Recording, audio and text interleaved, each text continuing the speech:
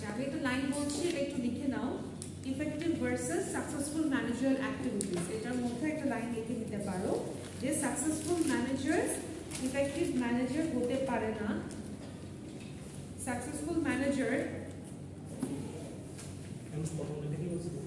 প্রথম লাইনটা বলতে এই যে টপিকটা effective versus successful managerial activities, এটার মধ্যে একটা লাইন মানে বোঝার জন্য লিখে নাও।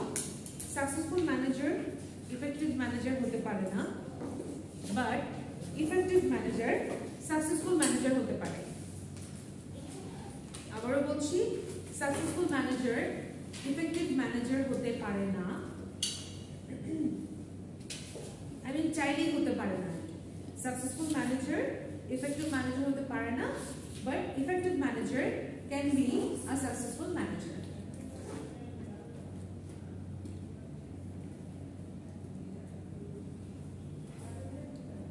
আচ্ছা তোমরা বইয়ে দেখবে, আমার বইয়ে পেজ নম্বর 42 তে আছে ইফেক্টিভ ভার্সেস সাকসেসফুল ম্যানেজারাল অ্যাক্টিভিটিস। হ্যাঁ, এটার মধ্যে চারটা টাইপ আছে দেখবে। এটা আমি প্রথম থেকেই বলি, এটা কোত্থেকে আসছে এই মডেলটা। Fred Luthans and his associates looked at what managers do from a somewhat different perspective. They asked, do managers who move out the quickest in an organization do the same activities and with the same emphasis as managers who do the best job? You might think the answer is yes, but that's not always the case. Luthans and his associates studied more than 450 managers, all engaged in 4 managerial activities. So Luthan and his associates, মানে লুথান এবং তার সাথে তার বেশ কিছু সহযোগী কি করলো, একটা স্টাডি করলো যাতে আমরা দেখি তো ম্যানেজাররা কি করে। হ্যাঁ, মানে একটু ডিফারেন্ট অ্যাঙ্গেল থেকে দেখার চেষ্টা করি। সবসময় তো দেখলে আমরা বুঝি যে ম্যানেজার ম্যানেজ করছে সবকিছু, প্ল্যান, অর্গানাইজ, লিডিং, কন্ট্রোল করছে, মানে একটু ডিফারেন্ট পার্সপেক্টিভ থেকে দেখি যে ওরা আসলে ডিফারেন্ট কি করে, যেটা ইউজুয়ালি আমাদের চোখে পড়ে না। তো তারা যেটা করলো, 450 জন ম্যানেজারের উপর সার্ভে করলো, মানে 450 জন ম্যানেজারের কাছে গিয়ে বিভিন্ন কোয়েশ্চেন করলো, এন্ড দে ফাউন্ড আউট যে ম্যানেজাররা আসলে বেসিক্যালি এই 4 ধরনের কাজ করে। ওকে, কি কি দেখো? Traditional management, communication, human resource management বা এটাকে আমরা এইচআরএমও বলে থাকি, আর এটা হচ্ছে নেটওয়ার্কিং। তার মানে সব ম্যানেজাররাই এই 4টা কাজ করে। দিস 4 আর কমন, ঠিক আছে? 4টা কাজ তারা করে।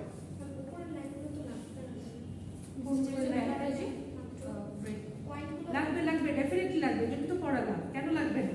এই মডেলটা কোথা থেকে আসছে এটা লিখতে হবে না? এটা কে এনেছে এটা লিখতে হবে তো, কিভাবে এসছে মডেলটা। আচ্ছা, তো এই 4টার মধ্যে প্রথমে আছে ট্র্যাডিশনাল ম্যানেজমেন্ট। ট্র্যাডিশনাল ম্যানেজমেন্ট বলতে আমরা ওই যে 4 ফাংশনস অফ ম্যানেজমেন্ট পড়েছি না, ওই 4টাই, প্ল্যানিং, অর্গানাইজিং, লিডিং, কন্ট্রোলিং, এই 4টাই আছে। এরপর আছে দেখো কমিউনিকেশন। কমিউনিকেশন মানে কি? কমিউনিকেট করা, যোগাযোগ করা। তাহলে exchanging, routing information and processing paper work, যত ডকুমেন্টের কাজ আছে, কাগজপত্রের কাজ, সেগুলো করা। তারপর হচ্ছে প্রত্যেক দিনকার যে রুটিন কাজগুলো, প্রতিদিন যে ইনফরমেশন শেয়ার করা বা ইনফরমেশন নিয়ে আসা, এই সব কিছু। তারপর হচ্ছে human resource management, motivating, disciplining, managing conflict, staffing and training. Human resource ম্যানেজমেন্টের মধ্যে অনেক কিছু আছে। হিউম্যান রিসোর্স ম্যানেজমেন্ট হচ্ছে বেসিক্যালি মানব সম্পদ ব্যবস্থাপনা, ঠিক আছে? মানে অর্গানাইজেশন, আমার যে মানব সম্পদগুলো আছে, মানে এমপ্লয়ি আছে, তাদেরকে নিয়ে আসা অর্গানাইজেশন, তাদেরকে ট্রেনিং দেওয়া, যারা ভালো পারফর্ম করে তাদেরকে মোটিভেট করা। মোটিভেট কিভাবে করতে পারি? টাকা পয়সা দিয়ে করতে পারি, বেতন বাড়িয়ে করতে পারি, ফ্যাসিলিটিস দিয়ে করতে পারি, ঠিক আছে? বা তাকে প্রমোশন দিয়ে করতে পারি। তারপর যারা ভালো পারফর্ম করে তাদেরকে অর্গানাইজেশনে ধরে রাখা। ধরে রাখা কিভাবে? দড়ি দিয়ে বেঁধে? নো, ভালো ফ্যাসিলিটিস দিয়ে, তার বেতন বাড়িয়ে দিয়ে। কারণ যে ভালো পারফর্ম করে তাকে যদি আমি রিওয়ার্ড না দিই, তাকে যদি আমি অ্যাপ্রিশিয়েট না করি, সে কিন্তু একটা সময় থাকবে না, চলে যাবে, ঠিক আছে? এই সব কিছু হচ্ছে হিউম্যান রিসোর্স ম্যানেজারের কাজ বা হিউম্যান রিসোর্স ম্যানেজমেন্ট। লাস্ট ওয়ানটা দেখো নেটওয়ার্কিং। নেটওয়ার্কিং নিয়ে তো আমরা মোটামুটি সবাই জানি। Socialising, পলিটিকিং and interacting with outsiders, বাইরের মানুষদের সাথে কথা বলা, এমনভাবে একটা রিলেশনশিপ তৈরি করা যেন যে কোনো বিপদে আপদে মানুষকে পাওয়া যায়, প্লাস হচ্ছে তাদেরকে বিভিন্ন ইম্পর্টেন্ট ইনফরমেশন গুলো নেওয়া, অ্যাট দ্য সেম টাইম তাদের মনে ওই জায়গাটা তৈরি করে নেওয়া যে কোনো প্রবলেম হলে ইউ ক্যান নক মি, আইল হেল্প ইউ, ঠিক আছে? 450 জনের মধ্যে দেখা গিয়েছে প্রত্যেকটা ম্যানেজার এই 4টা কাজ করে। এখন আসো এই যে একটু আগে বললাম যে সাকসেসফুল আর ইফেক্টিভ ম্যানেজারের মধ্যে পার্থক্য, ঠিক আছে? তাহলে কি বলেছি যে সাকসেসফুল ম্যানেজার কিন্তু ইফেক্টিভ ম্যানেজার চাইলেই হতে পারবে না, বাট একজন ইফেক্টিভ ম্যানেজার কিন্তু চাইলেই সাকসেসফুল হতে পারবে। তো দেখো যে ম্যানেজারের মধ্যে একটা ডিফারেন্স ক্রিয়েট হয়ে গেল, একটা হচ্ছে সাকসেসফুল, একটা হচ্ছে ইফেক্টিভ। এখন এই দুটোর মধ্যে পার্থক্যটা কিরকম? আমি কিন্তু একটু আগেও বলেছি যে 4 ধরনের কাজ প্রত্যেকটা ম্যানেজার করে। তাহলে পার্থক্য কোথায় বলো তো?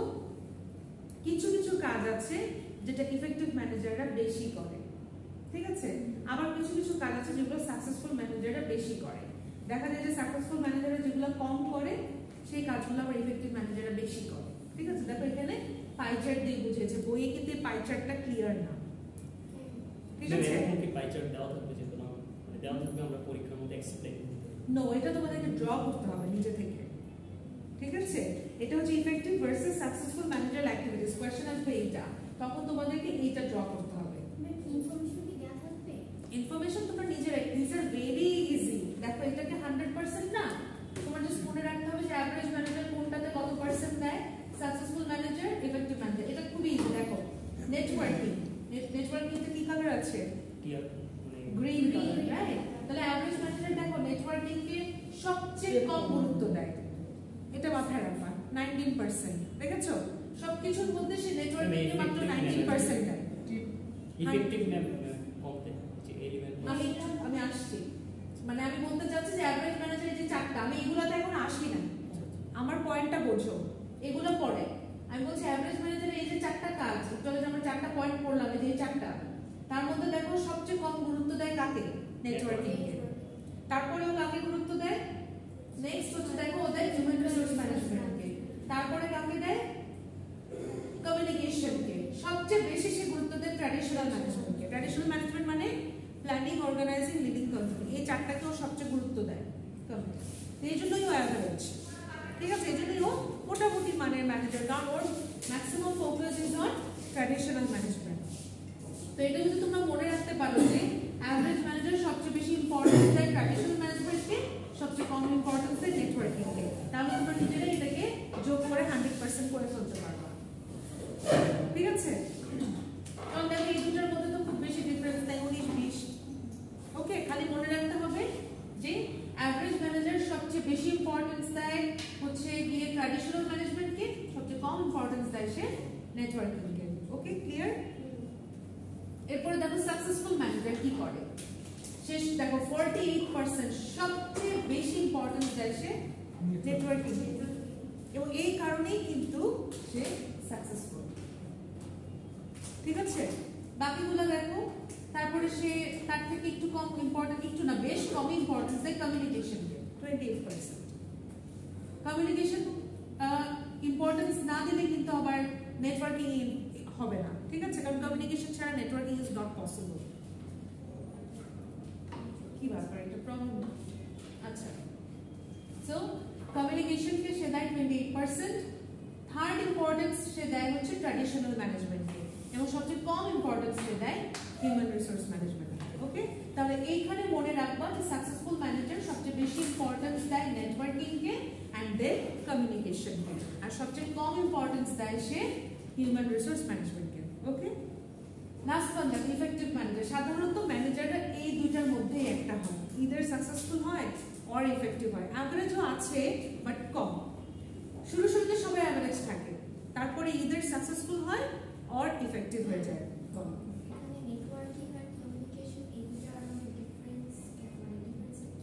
কমিউনিকেশন হচ্ছে তোমার যে কোনো মানে বেসিক্যালি কমিউনিকেশনটা ফোকাস করে অর্গানাইজেশনের ভিতরে এমপ্লয়িদের সাথে কমিউনিকেট করা, ঠিক আছে?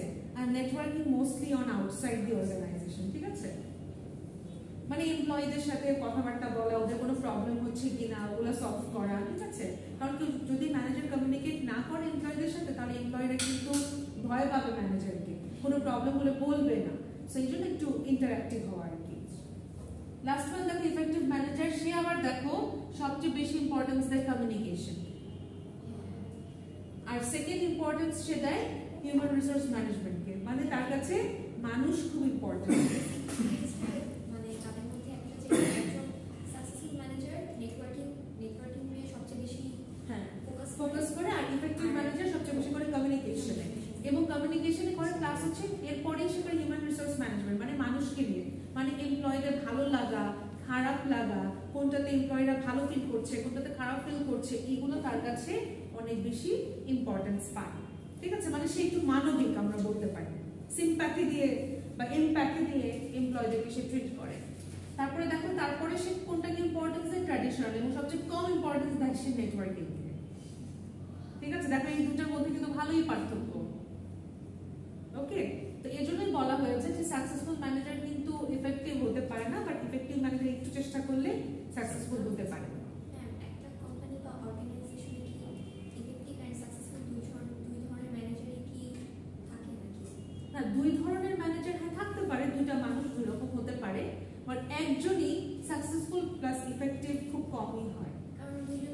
কারণ তুমি দেখবে অনেক বড় বড় সাকসেসফুল ম্যানেজারদেরকে দেখবে যে খুবই মানে অটোক্রেটিক ছিল, লাইক মানে এমপ্লয়ীদের কথাবার্তা কখনোই সে শুনতো না, বা সে নিজে যেটা বলবে সেটাই সবাইকে শুনতে হবে, তাহলে তাকে তো আমি ইফেক্টিভ বলতে পারি না, কারণ তার সাথে তো কমিউনিকেশন স্কিলও যাবে না, এইচআরএমটাও যাবে না।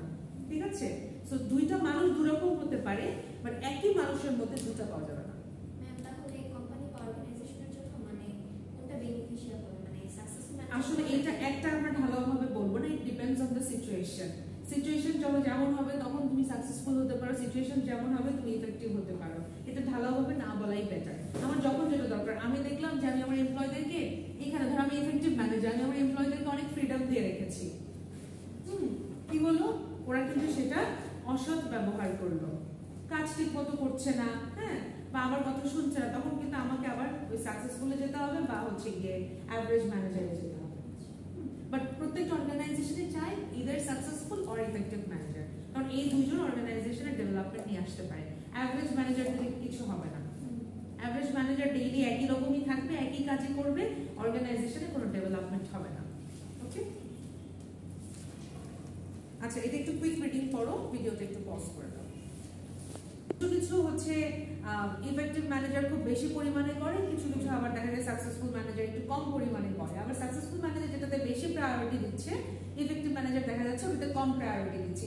এই যে তারতম্যটা বা এই যে ডিফারেন্সটা, এটার কারণেই কিন্তু একজন অ্যাভারেজ হচ্ছে, একজন ইফেক্টিভ হচ্ছে, একজন সাকসেসফুল হচ্ছে। ঠিক আছে, সেটা এখানে রেশিও আকারে দেওয়া আছে, এই চারটা কিন্তু যোগ করলে তোমরা 100% হয়ে যাবে। ঠিক আছে, তো তোমাদের এটা মাথায় রাখতে হবে যে অ্যাভারেজ ম্যানেজার কোনটাকে বেশি প্রায়োরিটি দেয়, বলো কোনটাকে বেশি প্রায়োরিটি দেয়? সে কমিউনিকেশনকে সে সবচেয়ে বেশি প্রায়োরিটি দেয়, এই যে দেখো 29%।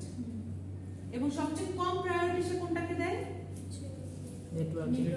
নেটওয়ার্কিং, দেখো 19%, সবচেয়ে কম প্রায়োরিটি দিচ্ছে। এইটা মাথায় রাখলেই হবে, সবচেয়ে বেশি কোনটা, সবচেয়ে কম কোনটা।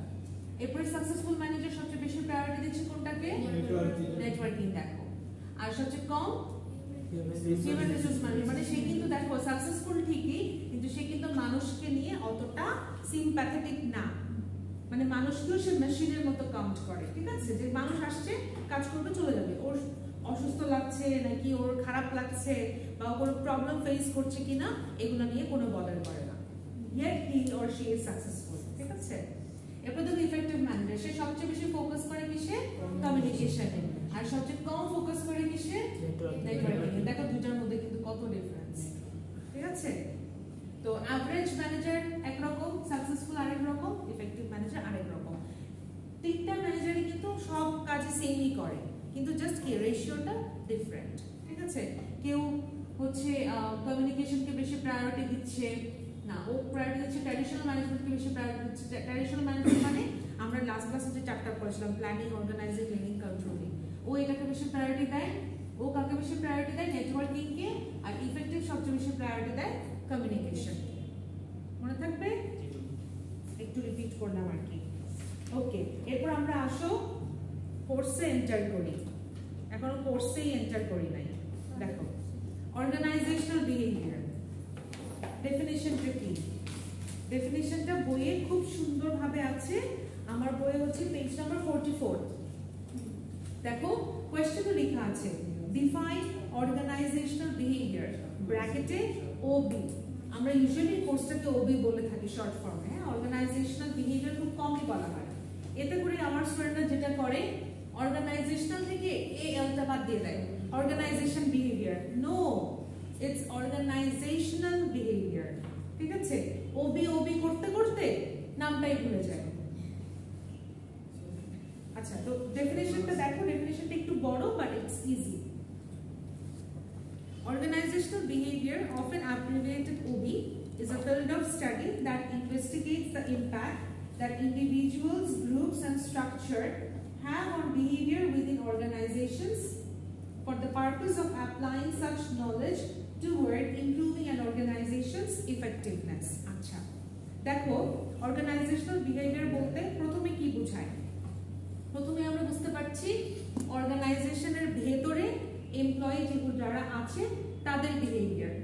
ঠিক আছে, এমপ্লয়ি ইন্ডিভিজুয়াল এক একজন এক এক রকম, গ্রুপে থাকতে পারে। For example business department, CSC department একটা গ্রুপ, ট্রিপল ই একটা গ্রুপ, কিন্তু আলটিমেটলি কিন্তু এরা সবাই স্কলারসেরই পার্ট, রাইট? এটা মাথায় রাখতে হবে।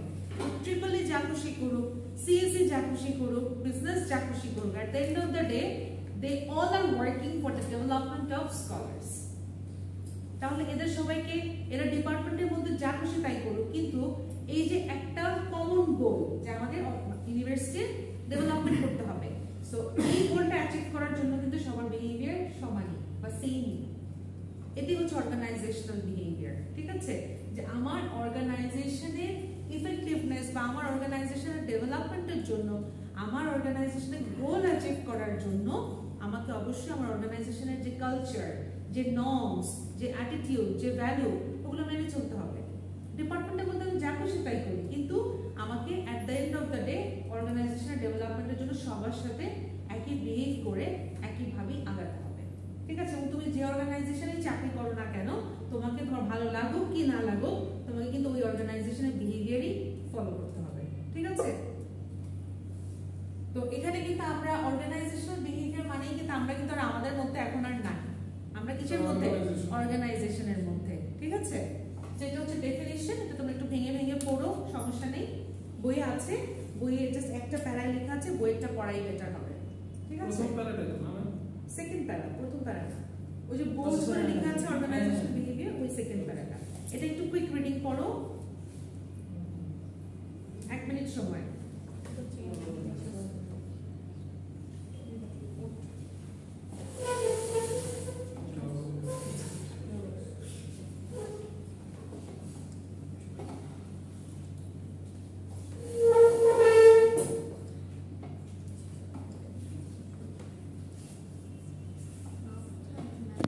এখানে বেসিক্যালি তিনটা জিনিসের কথা বলা আছে।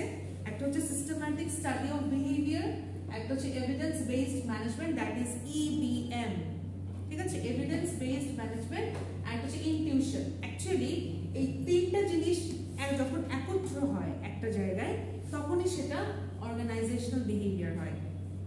ঠিক আছে, এই তিনটা জিনিসই থাকে, কম বেশি হতে পারে, বাট এই তিনটাই থাকবে, এবং সেটাই কিন্তু ওবিতে আলটিমেটলি ফর্ম হবে। আচ্ছা, প্রথমটা দেখো সিস্টেম্যাটিক স্টাডি, দেখো বোল্ড করে লেখা আছে।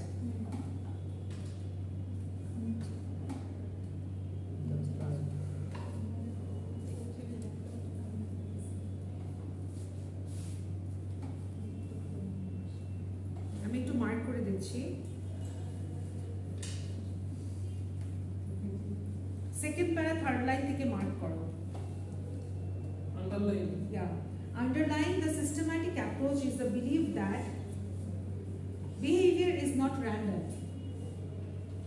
Rather, we can identify fundamental consistencies underlying the behavior of all individuals and modify them to reflect individual differences. এতটুকু দেখাও, এরপরে বলছি। আচ্ছা, অনেকে বলে যে বিহেভিয়ারটা হচ্ছে র্যান্ডম, হুট করেই মানুষ একটা কথা বলে বসলো, আসলে র্যান্ডম না, এর পেছনে কারণ থাকে। তুমি যদি এখন চিৎকার করে উঠো, তার মানে এই না যে তুমি হুট করে চিৎকার করছো, ডেফিনেটলি কোনো একটা কারণ আছে যেটার কারণে তুমি চিৎকার করেছো। ঠিক আছে, এরপরে থেকে একটু মার্ক করো। These fundamental consistencies are very important. Why? Because they allow predictability. Behavior is generally predictable, and the systematic study of behavior is a means to making reasonably accurate predictions. Study তাহলে কি এটা basically অনুমান করার চেষ্টা করে যে মানুষ যে বিহেভ করে কেন করে। ধরো কেউ এখন হাসলো, ও কেন হাসলো, এটা অনুমান করার চেষ্টা করে হচ্ছে সিস্টেম্যাটিক স্টাডি। এটা তো বোঝাই যায়, মানুষ তো হুট করে কিছু করে না। একটা মানুষকে তুমি গালি দিলে, তার মানে কি না হলেও লাস্ট 1 উইক ধরে তুমি ওর উপরে রেগে আছো, তাই তো তোমার হুট করে এখন গালিটা বের হয়েছে। সো এই যে তুমি কেন ওকে গালি দিলে, এই প্রশ্নটার উত্তর বের করে নিয়ে আসে systematic study. When we use the term systematic study, we mean looking at relationships, attempting to attribute causes and effects, and basing our conclusions on scientific evidence, that is, on data gathered under a controlled conditions and measured and interpreted in a reasonably rigorous manner. এতটুকু দেখো, এটা গেল আমার systematic study, যেটা কিনা বের করার চেষ্টা করে মানুষ যে বিহেভ করে কেন এরকম বিহেভ করে, সে কারণটা খুঁজে বের করার চেষ্টা করে সিস্টেম্যাটিক স্টাডি। সেকেন্ডটা দেখো, এভিডেন্স বেসড ম্যানেজমেন্ট, এটাকে আমরা ইবিএম ও বলে থাকি। Complement systematic study by basing managerial decisions on the best available scientific evidence. আচ্ছা, ইবিএম হচ্ছে বেসিক্যালি এই যে আমি বললাম এখানে যে মানুষ হচ্ছে গালি দিল হুট করে একটা, তার মানে 1 সপ্তাহ ধরে আপসেট একটা মানুষের উপর, সেজন্য সে গালিটা দিয়ে বসলো, এটা গেল সিস্টেম্যাটিক স্টাডি। এখন ইবিএম কি করবে, এখানে লজিক খুঁজবে, কেন গালি দিল, 1 সপ্তাহ আগে কি হয়েছিল, 1 সপ্তাহ আগে দুজনের মধ্যে ইন্টেন্সিটি কতটুকু ছিল, লজিকটা বের করে নিয়ে আসা হচ্ছে ইবিএম।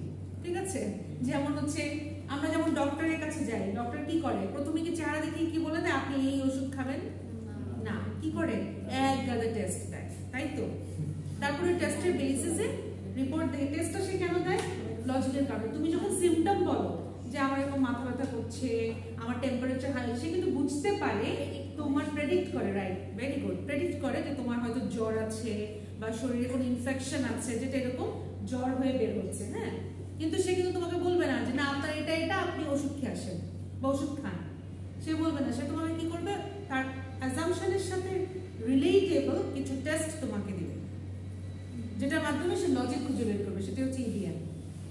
লজিকটা কি, যে তোমার শরীরে আল্লাহ না করে কোনো ইনফেকশন পাওয়া যাচ্ছে, ঠিক আছে, এখন তোমাকে কোনো ওষুধ দিবে।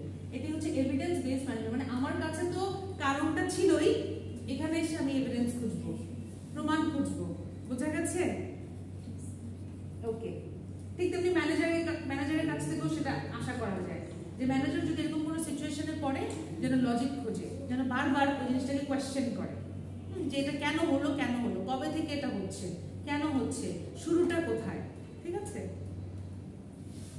লাস্ট ওয়ান যেটা বলে ইনটিউশন। ইনটিউশনটা আমরা বুঝি না? ইনটিউশন কি, গাট ফিলিং। আমরা বলি না আমাদের সিক্স সেন্স বলছে আজকে এটা হবে, আজকে ওইটা হবে, হয়ে গেলে তো কথাই নাই।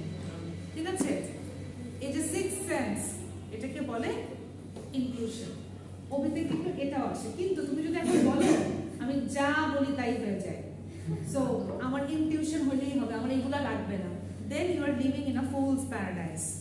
না, তোমার ইনটিউশন থাকবে, বাট ইনটিউশনের উপর তুমি 100% রিলাই করবা না।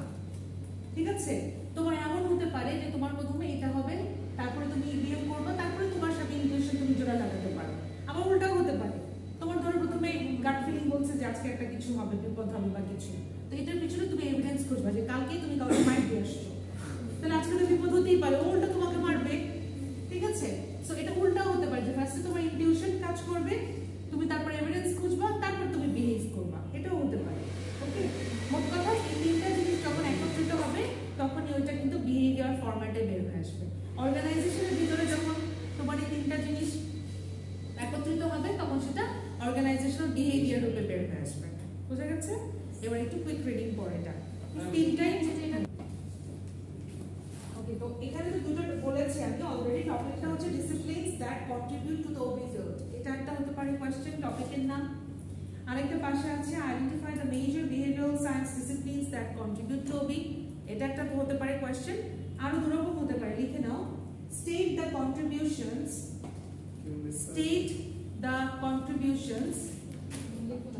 সবাই লিখো, state the contributions of each of the behavioral science,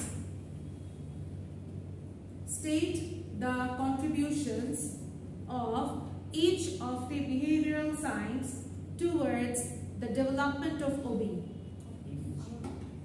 State the contributions, তাড়াতাড়ি লিখতে হবে না হলে এই কোর্সে কিচ্ছু লিখে শেষ করতে পারবে না। State the contributions of each of the behavioral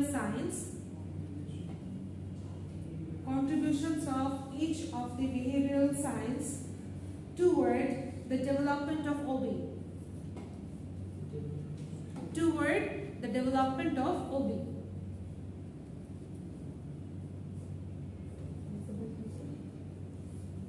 State the contributions of each of the behavioral science toward the development of OB. লিখেছো? আরেকটা কোশ্চেন হতে পারে একই অ্যানসার সব কয়টার। What have academic discipline contributed to OB? What have academic disciplines contributed to OB? What have academic disciplines contributed to OB? What have academic disciplines contributed to OB? ঠিক আছে, answer হচ্ছে দেখো একটা ছক আছে Exhibit 1-3 toward an OB discipline এই যে পেজে পুরোটা দেখতে এটা পুরোটাই তোমাদের কিভাবে ড্র করতে হবে ম্যাম পুরোটা আপনি কি লিখেগুলো দিবেন না দিলে পড়াচ্ছি কেন আচ্ছা এখানে কিন্তু এত বেশি কষ্টের কিছু নাই ঠিক আছে প্রথমে পড়বো সাইকোলজির মধ্যে কি কি পয়েন্ট আছে এগুলো পড়লে সব মনে নাও থাকতে পারে যে কয়টা মনে থাকে সে কয়টা লিখবে ঠিক আছে দেখো সাইকোলজির মধ্যে কি কি আছে learning motivation personality emotion perception training leadership effectiveness job satisfaction মানে যে কয়টা আছে যে কয়টা মনে থাকবে সেই কয়টা লিখবে তারপরে দেখো ডোন্ট টক কেউ কথা বলবে না সোশ্যাল সাইকোলজি তার মধ্যে এগুলো আছে সোশিওলজির মধ্যে এগুলো আছে আবার এগুলো আছে কারণ এটা দেখো সোশ্যাল সাইকোলজি খেয়াল করেছো তার মানে এখানে সাইকোলজির কিছু জিনিস আছে সোশিওলজির কিছু জিনিস আছে এজন্য এটাকে আবার এখানে ভাগ করে দেখিয়েছে তারপর আছে অ্যানথ্রোপোলজি এগুলো অ্যানথ্রোপোলজি কোনটা গ্রুপে হয় কোনটা ইন্ডিভিজুয়ালি হয় কোনটা অর্গানাইজেশন সিস্টেমে হয় সব মিলে স্টাডি অফ অর্গানাইজেশন বিহেভিয়ার হ্যাঁ আচ্ছা তো এই যে তোমার এই পুরো ফিগারটা এটাতেই অলমোস্ট 10 মার্কসের কোশ্চেন হবে যদি এটা আসে না 10 মার্কসের জন্য আসবে ঠিক আছে ইজি করে চারটা দিতে বলবি হ্যাঁ চারটা দিতে হবে এবং সাথে পরে পেজটা বের করো অ্যারোগুলো দিয়ে দাগা দিতে হবে হ্যাঁ অ্যারো দিয়ে দাগিয়ে দিতে হবে কিছু দেখো এটা ইন্ডিভিজুয়াল এগুলো হচ্ছে গ্রুপ আবার এই তিনটা হচ্ছে অর্গানাইজেশন সিস্টেম তারপরে এই তিনটা মিলে স্টাডি অফ অর্গানাইজেশনাল বিহেভিয়ার শুধু প্রথমটা দেখো ইন্ডিভিজুয়াল আর পরে কিন্তু ইন্ডিভিজুয়াল নাই ঠিক আছে এখন তো এরকম করছো আমি শিওর এই কোশ্চেনটা আসলে 95% এই কোশ্চেনটাই অ্যানসার করবে কারণ এটা ম্যাথস এর মতো পারলে পুরোটাই মার্কস এখানে মার্কস কাটার কোনো জায়গা নেই দুইটা কোশ্চেন যে বললেন আরেকটা কোশ্চেন এগুলো মানে যে কোনো একটাই আসবে অ্যানসার সেম এখন হয় কি মানে কোশ্চেন একটু ঘুরিয়ে দিলে তখন ক্যাচ করতে পারবে না এজন্য আমি বলে দিলাম আচ্ছা এই চারটা আঁকবে বা এই চারটা আঁকার আগে চারটা ডেফিনিশন লিখতে হবে অথবা এটার পরে চারটা ডেফিনিশন লিখতে হবে চারটা ডেফিনিশন পরে পেজে আছে দেখো এই চারটা definition just psychology social psychology sociology anthropology দেখো চারটা ডেফিনিশন লেখা আছে সাইকোলজি কি সাইকোলজি মানে কি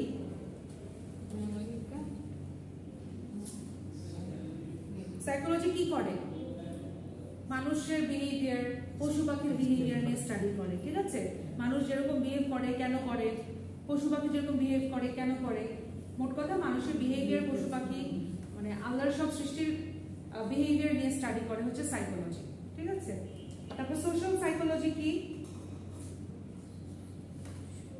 সোশ্যাল সাইকোলজি হচ্ছে একটা মানুষের উপরে আরেকটা মানুষের কতটুকু ইনফ্লুয়েন্স আছে এই যে আমরা এখন ফেসবুক খুলে গিয়ে দেখি ইনফ্লুয়েন্সারদের ছড়াছড়ি এরা বেসিক্যালি সোশ্যাল সাইকোলজি করে এটা এরা আমাদেরকে ইনফ্লুয়েন্স করার চেষ্টা করে সো কোন একটা ইনফ্লুয়েন্সার আমাকে কতটুকু ইনফ্লুয়েন্স করছে এটা স্টাডি হচ্ছে সোশ্যাল সাইকোলজি তারপর আছে সোশিওলজি। সোশিওলজি মানে সমাজ আমাকে কতটুকু ইনফ্লুয়েন্স করছে, বা একটা সমাজে থাকতে গেলে আমাকে অনেক কিছু মেনে নিতে হয়। যেমন পহেলা বৈশাখে তুমি যদি সাদা লাল না পরে তুমি যদি কালো ড্রেস পরে বের হও, দেখবে সারাদিন কি পরিমাণ পচাবে তোমাকে মানুষ, তাই না?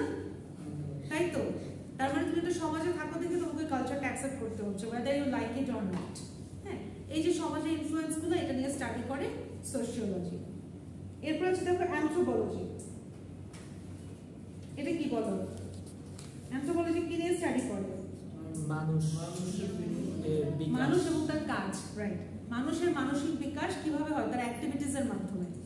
তো মানুষের মানসিক বিকাশ যে অ্যাক্টিভিটিসের থ্রুতে হয় বা যে কাজগুলোর থ্রুতে হয়, সেই কাজগুলো নিয়ে এবং মানুষের বিকাশ নিয়ে স্টাডি করে অ্যানথ্রোপোলজি। তো এই চারটা ডেফিনিশন প্রথমে দিয়ে দেন এই চারটা ড্র করতে পারো, অথবা প্রথমে চারটা ড্র করে চারটা ডেফিনিশন দিয়ে দিলে হবে। 10 মার্কস। পুরো ফুল প্যারা পড়া লাগবে, জাস্ট ডেফিনিশনগুলো ফুল প্যারা করে। এই কোর্সে কিন্তু অনেক লেখা, আমি বারবার বলছি, you have to be very fast. এটা একটু রিডিং করো। তাহলে identify the challenges and opportunities managers have in apply OB concepts. এটার মধ্যে অনেকগুলো পয়েন্ট আছে, রিডিং করে তোমরা তোমাদের মতো করে লিখতে পারবে। যেমন ফার্স্ট পয়েন্ট হচ্ছে responding two economic pressure. Second point দেখো রেসপন্ডিং টু গ্লোবালাইজেশন, এটা আন্ডারে আবার তিনটা পয়েন্ট আছে। তারপরে managing workforce diversity, improving customer service, improving people skill, stimulating innovation and change, coping with temporariness, working in network organizations, helping employees balance work-life conflicts. Last duta, creating a positive work environment, improving ethical behavior. তোমাদেরকে আমি এটা হচ্ছে তোমাদের বলতে পারো home task, তোমরা প্রত্যেকটা reading করবে, যেটা যেটা বুঝবে না আমাকে নেক্সট ক্লাসে বলবে, আমি বুঝিয়ে দেব। সব বোর্ড হ্যাঁ, এগুলো সব হচ্ছে টোটাল পয়েন্টস। এটা আমি জানি তোমরা নিজেদের মতন করে লিখতে পারবে রিডিং করে, ঠিক আছে? বাট তারপরও যেটা যেটা বুঝবে না, যেমন ওয়ার্কফোর্স ডাইভার্সিটি বুঝো? ওয়ার্কফোর্স ডাইভার্সিটি বলতে কি বোঝায়? একটা পয়েন্ট ছিল এখানে, মানে ভেরি গুড, মানে একটা ওয়ার্ক প্লেসে অনেক ধরনের মানুষ, এক একজন এক এক ব্যাকগ্রাউন্ডের, এক একজন এক একটা ধর্মের, এক একজনের এইজ এক এক রকম, জেন্ডার এক এক রকম, ঠিক আছে? নানান রকমের, হ্যাঁ, বৈচিত্র্যটাই হচ্ছে ওয়ার্কফোর্স ডাইভার্সিটি। তো এরকম প্রত্যেকটা তোমরা পড়বে, যেটা যেটা বুঝবে না দাগিয়ে নিয়ে আসবে, আমি বুঝিয়ে দিব। মনে থাকবে? কোনটা? এটা আসলে 10। হ্যাঁ, সবগুলো লিখতে হবে, সবগুলো পয়েন্ট লিখবে, বাট ডিটেলসটা তোমাদের মতো করে লিখবে। বাট তার মানে ইররিলেভেন্ট কিছু লিখলে হবে